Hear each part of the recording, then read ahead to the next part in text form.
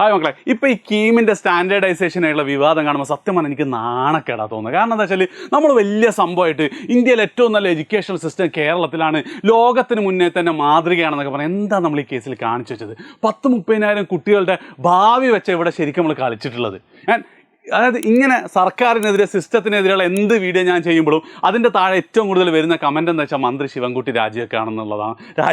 പക്ഷേ ആദ്യം തന്നെ ഒരു കാര്യം പറയട്ടെ, ഇത് വിദ്യാഭ്യാസ വകുപ്പിൻ്റെ കീഴിലുള്ളതല്ല, ഉന്നത വിദ്യാഭ്യാസ വകുപ്പാണ്. എനിക്ക് തോന്നുന്നത് മന്ത്രി ബിന്ദു ആണെന്ന് തോന്നുന്നത്. അവരെ നിങ്ങൾ തെറി പറയേണ്ട ആവശ്യമൊന്നുമില്ല, കാരണം അവർക്കൊന്നും ഇതിൽ കാര്യമായിട്ട് റോളൊന്നുമില്ല. കാരണം എജ്യൂ പോർട്ടലിൽ നടക്കുന്ന എല്ലാ കാര്യങ്ങളും തന്നെ എൻ്റെ കൺട്രോളല്ല.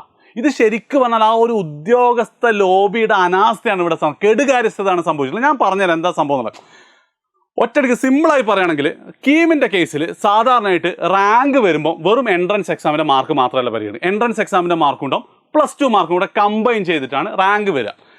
അപ്പം ഈ +2 മാർക്കിൻ്റെ കേസിൽ എന്നിട്ട് നമുക്ക് സ്റ്റേറ്റ് സിലബസ് ഉണ്ട്, CBSE ഉണ്ട്, ICSE ഉണ്ട്. അപ്പം അതൊക്കെ കൂടെ ഒരു സ്റ്റാൻഡേർഡൈസ്ഡ് ആക്കാൻ വേണ്ടിയിട്ട് ഒരു ഫോർമുല ഒക്കെ ഉപയോഗിക്കാറുണ്ട്. ആൻഡ് കഴിഞ്ഞ വർഷത്തെ ഫോർമുല എന്ന് പറയുന്നത് ഭയങ്കര അബദ്ധമായിരുന്നു. ആൻഡ് അത് ചില ആൾക്കാർ പറയാം ഫോർമുലേൻ്റെ പ്രശ്നമില്ല, നമ്മൾ മാർക്ക് വാരി കൊടുത്തൊന്ന് ഉണ്ട്, അതൊന്നും അല്ല കേട്ടോ, അത് അബദ്ധം തന്നെയായിരുന്നു. ആൻഡ് അത് പ്രകാരം എന്താ സംഭവിച്ചതെന്ന് ആദ്യം പറഞ്ഞുതരാം. അതായത് കഴിഞ്ഞ വർഷത്തെ കീമിൽ 2 കുട്ടികൾക്ക് കീമിൽ 100% ഫുൾ മാർക്ക് കിട്ടി. 100% എന്ത് ചെയ്തു? 2 കുട്ടികൾക്ക് കിട്ടി. ഒരാൾ സ്റ്റേറ്റ് സിലബസ് പഠിച്ചാണ്, രണ്ടാമത്തെ കുട്ടി CBSEയിലാണ്. ആൻഡ് ഈ സ്റ്റേറ്റ് സിലബസ് പഠിച്ച കുട്ടിക്ക് നമ്മൾ കീമിൻ്റെ കൂടെ +2 മാർക്ക് പരിഗണിക്കുന്നു പറഞ്ഞല്ലേ, ഫിസിക്സിൻ്റെയും കെമിസ്ട്രിയുടെയും മാത്സിൻ്റെയും മാർക്കാണ് 360. ആ കുട്ടിക്ക് 360 കിട്ടിയിട്ടുണ്ട്. അതായത് കുട്ടിയെ സംബന്ധിച്ചിടത്തോളം ആ കീമിൽ അവൻ ടോപ്പറാണ്. അതേപോലെ തന്നെ എന്താണ് +2 അവന് കിട്ടാവുന്ന മാക്സിമം മാർക്ക് വാങ്ങിയിട്ടുണ്ട്. അപ്പോൾ സ്വാഭാവികമായിട്ട് അവൻ്റെ റാങ്ക് എത്ര നമ്മൾ പ്രതീക്ഷിക്കുക? ഓക്കെ, 1ാം സ്ഥാനം CBSE കുറച്ച് ടഫ് എക്സാം ആണ്. 2ാം സ്ഥാനങ്ങൾ നമ്മൾ വിചാരിക്കും, കാരണം ഈ കുട്ടി അവൻ്റെ മാക്സിമം ചെയ്ത് കീമിലും ടോപ്പാണ്, ഇതിലും ടോപ്പാണ്. പക്ഷെ അവൻ്റെ റാങ്ക് വന്ന് എൻ്റെ ഓർമ്മ ശരി 24. അതായത് ആദ്യത്തെ 10ൽ ഒരൊറ്റ കേരള സിലബസ് ഇല്ല, ആദ്യത്തെ 100ൽ എൻ്റെ ഓർമ്മ ശരിയാണ് 2 കേരള സിലബസ് കുട്ടികൾ ഉണ്ടായിരുന്നുള്ളൂ. അത് എന്തുകൊണ്ടാണെന്ന് വെച്ചാൽ ഇവന് ഈ 360 മാർക്ക് കിട്ടിയില്ലേ, അത് നമ്മൾ 300 മാർക്കാകുമ്പോൾ 300 ഔട്ട് ഓഫ് 300 അല്ല അവന് വരുന്നത്. പകരം എന്താണ്, അവനൊരു -27 കുറച്ചിട്ട്, അതായത് 27 മാർക്ക് കുറച്ചിട്ട് 273 മാർക്ക് ഇവൻ്റെ 300 കിട്ടുള്ളൂ. അതേ സ്ഥാനത്തോ CBSEയിലെ ഒരു കുട്ടിക്കോ അവനൊരു +8 കിട്ടുകയും ചെയ്യും. അപ്പം അതുകൊണ്ട് തന്നെ സ്റ്റേറ്റ് ബോർഡിലെ കുട്ടികൾ ഒന്നടങ്കം എന്തായിരുന്നു, കലിപ്പിലായിരുന്നു. അവരൊന്നടങ്കം തഴഞ്ഞൊരു സിസ്റ്റം ആയിരുന്നത്. ഇതൊരിക്കലും എന്തല്ല സ്റ്റേറ്റ് ബോർഡിൻ്റെ ഒരു പ്രശ്നം, അല്ലെങ്കിൽ എക്സാം മാർക്ക് വാരിക്ക് അവർ കൊടുത്തിട്ടൊന്നും പ്രശ്നമില്ല, ആ ഫോർമുലേൻ്റെ പ്രശ്നം തന്നെയായിരുന്നു. ഇത് കഴിഞ്ഞ വർഷം തന്നെ നമ്മളെല്ലാവരും ഉയർത്തിയിട്ടുണ്ട്. വേണമെങ്കിൽ നിങ്ങൾ ഈ ചാനലിൽ തന്നെ ഉണ്ടാവും. ജൂലൈ 11, 2024 ഞാൻ ഇതേപോലത്തെ ഒരു വീഡിയോ ചെയ്തിട്ടുണ്ട്. എന്ത്, സർക്കാർ കുട്ടികളെ തോൽപ്പിക്കുന്ന, അവർ തോറ്റുപോയതല്ല എന്ന് പറഞ്ഞിട്ട്. അപ്പം ആ വീഡിയോ ഒക്കെ കഴിഞ്ഞിട്ട് ഇന്നിപ്പോൾ എന്താ, ഏകദേശം 1 വർഷം കഴിഞ്ഞില്ലേ. ആൻഡ് അതിൻ്റെ ഇടയിൽ എന്താണ്, കീമിൻ്റെ പ്രോസ്പെക്ടസ് വന്നു. പ്രോസ്പെക്ടസിൽ എന്താ ഒരു മാറ്റമില്ല, കഴിഞ്ഞ വർഷത്തെ സെയിം സാധനം, ഡേറ്റ് മാത്രം മാറ്റിയിട്ടതാ, അതേ ഫോർമുല. അപ്പോൾ എല്ലാവരും വിചാരിച്ച ആ രീതിയിൽ തന്നെയായിരിക്കും എന്നുള്ളത്. പക്ഷേ ഇത്തവണ എക്സാം കഴിഞ്ഞു, ഒരു മാറ്റമില്ല. റിസൾട്ട് പ്രഖ്യാപിക്കുന്നതിൻ്റെ 2 ദിവസം മുമ്പാണ് പ്രോസ്പെക്ടസിലുള്ള ഫോർമുല മാറ്റി പുതിയ ഫോർമുലയിലേക്ക് വന്നത്. ഉറപ്പായിട്ട് എന്ത് ചെയ്യും, ഒരുപാട് ആൾക്കാർ ഇത് കോടതി പോവുക തന്നെ ചെയ്യും. പക്ഷേ ആ പ്രോസ്പെക്ടസ് തന്നെ എഴുതിയിട്ടുണ്ട്. ഈ പ്രോസ്പെക്ട് മാറ്റുന്നതിൽ പ്രശ്നമൊന്നുമില്ല. ചിലപ്പോൾ ജയിക്കോ തോക്കോ എന്നറിയില്ല, എന്തായാലും വിവാദവും, കോടതിയിൽ പോവും, അഡ്മിഷൻ ഒരുപാട് ലേറ്റ് ആവുകയും ചെയ്യും. ഇത് ശരിക്കും എനിക്കൊന്ന് ഇതിലൊരു ഹിഡൻ അജണ്ട ഉണ്ട്. അത് ലാസ്റ്റ് ഞാൻ പറഞ്ഞത്, ഇത് ആരെ സഹായിക്കാൻ ഇത് ചെയ്തതെന്നും കൂടെ. അപ്പം എന്താ സംഭവിച്ചതെന്ന് വെച്ചാൽ, പുതിയ +2 മാർക്ക് സ്റ്റാൻഡേർഡൈസേഷനിൽ 2 മാറ്റങ്ങളാണ് വന്നത്. പ്രോസ്പെക്ടസിൽ നിന്നും പാടെ മാറിക്കൊണ്ട് അതിൽ 1ാമത്തെ മാറ്റം തന്നെ വലിയ മണ്ടത്തരം. ഞാൻ പറഞ്ഞല്ലോ, കഴിഞ്ഞ തവണ 300 മാർക്ക് സ്റ്റേറ്റ് സിലബസ്, ആ 300 മാർക്ക് എന്ന് പറയുന്നത് മാത്സ്, ഫിസിക്സ്, കെമിസ്ട്രിയിലൊക്കെ എന്താ ഒരേ വെയിറ്റേജ് ആണ്. മാത്സിന് 100, ഫിസിക്സിന് 100, അതേപോലെ തന്നെ കെമിസ്ട്രിക്ക് 100, അങ്ങനെയാണ് 300. പക്ഷേ ഇത്തവണ എന്ത് ചെയ്തു, ഇത്തവണ ചെയ്തത് മാത്സിന് 150, ഫിസിക്സിന് 90, അതേപോലെ തന്നെ കെമിസ്ട്രിക്ക് 60. ഇങ്ങനെയാണ് എന്താ 300 മാർക്കൊക്കെ. ഇത് എപ്പോഴാണ് പറഞ്ഞെന്നോ, എക്സാമിന് മുന്നേ അല്ല, എക്സാമിന് ശേഷമല്ല, ഇന്നലെ 2-3 ദിവസം മുമ്പാണ് ഈ ഒരു തീരുമാനം. നിങ്ങളൊന്ന് ആലോചിച്ച് എന്ത് മണ്ടക്ക. അതായത് ഗെയിമിൻ്റെ ഇടയിലല്ല റൂള് മാറ്റിയത്, ഗെയിം കഴിഞ്ഞിട്ട് നമ്മൾ തോറ്റോ ജയിച്ചതിന് ശേഷം പറയാം അല്ല അങ്ങനെയല്ല റൂള് മാറിയിട്ടുണ്ട് എന്നുള്ളത്. ഞാൻ ഇതിൻ്റെ ഒരു ആവശ്യകത എനിക്ക് മനസ്സിലാകുന്നില്ല. അതായത് പല സ്ഥലത്തും ഇപ്പം എഞ്ചിനീയറിങ്ങിന് പൊതുവെ മാത്സിന് വെയിറ്റേജ് ഉണ്ട് എന്നൊക്കെ പറയാം. അതൊക്കെ എപ്പോഴാണ് ടൈ ബ്രേക്കർ. മാത്സിനും ഫിസിക്സിനും കെമിസ്ട്രിക്കും ഒരേ മാർക്കാണ്, മാത്സിന് പ്രിഫറൻസ് ഉള്ളൂ. ഇത് അങ്ങനെയല്ല, ആ 300 മാർക്ക് കാൽക്കുലേറ്റ് ചെയ്യാൻ തന്നെ ഇത് വന്നിട്ടുണ്ട്. ഇത് പറഞ്ഞതോ ഒക്കെ കഴിഞ്ഞിട്ട് ഇത് തോന്നിയാസാണ്.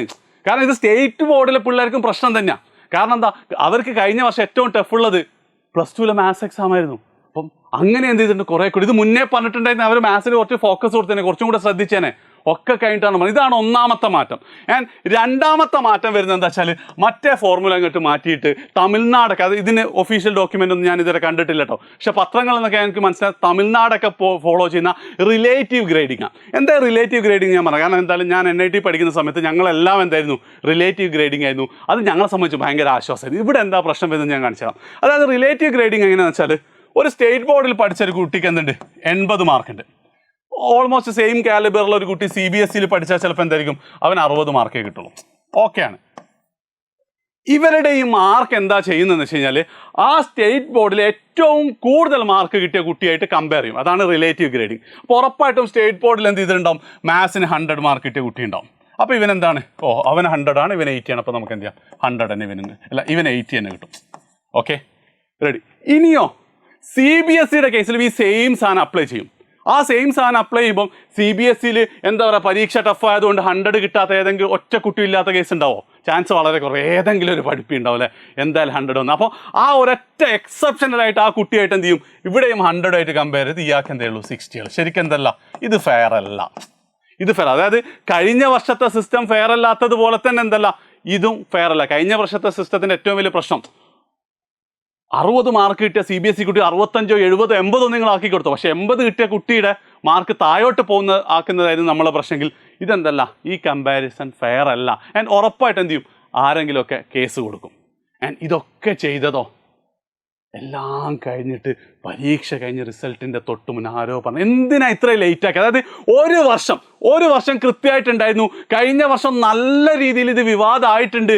അതുകൊണ്ട് തന്നെ ആ പ്രോസ്പെക്ടസ് ഇറക്കുന്നതിന് മുമ്പ് നിങ്ങൾക്ക് എന്ത് ചെയ്യായിരുന്നു, ഈ ഒരു ഫോർമുല പറയും. ഞാൻ ഈ ഫോർമുല വെച്ചാൽ, അതായത് കഴിഞ്ഞ പ്രോസ്പെക്ടസിലെ ഫോർമുല പറയാത്തതല്ല പ്രശ്നം, അത് അനീതിയായിരുന്നു എന്നുള്ളത്. അതേപോലെ ഈ ഫോർമുല എന്ത് തന്നെ ഡിസ്കസ് ചെയ്ത് മാറ്റിയേനെ. കാരണം ഇത് ഞാൻ പറഞ്ഞില്ല, NITയിൽ ഇത് ഭയങ്കര അടിപൊളിയാണ്. കാരണം എന്താ വെച്ചാൽ NITയിൽ ഇതേപോലെ തന്നെ 100-ൽ ചിലപ്പോൾ എന്തായിരിക്കും ടോപ്പ് കുട്ടിക്ക് 75 മാർക്കേ കിട്ടുള്ളൂ. അപ്പോൾ എനിക്കാണെങ്കിൽ ചിലപ്പോൾ 50 മാർക്ക് അല്ലെങ്കിൽ 40 മാർക്കായിരിക്കും. അപ്പോൾ എനിക്ക് 40 അല്ല ലാസ്റ്റ് റിസൾട്ട് വരും. അവനുമായിട്ട് കമ്പയർ ചെയ്ത് ചിലപ്പോൾ എനിക്കൊരു 65% കിട്ടും.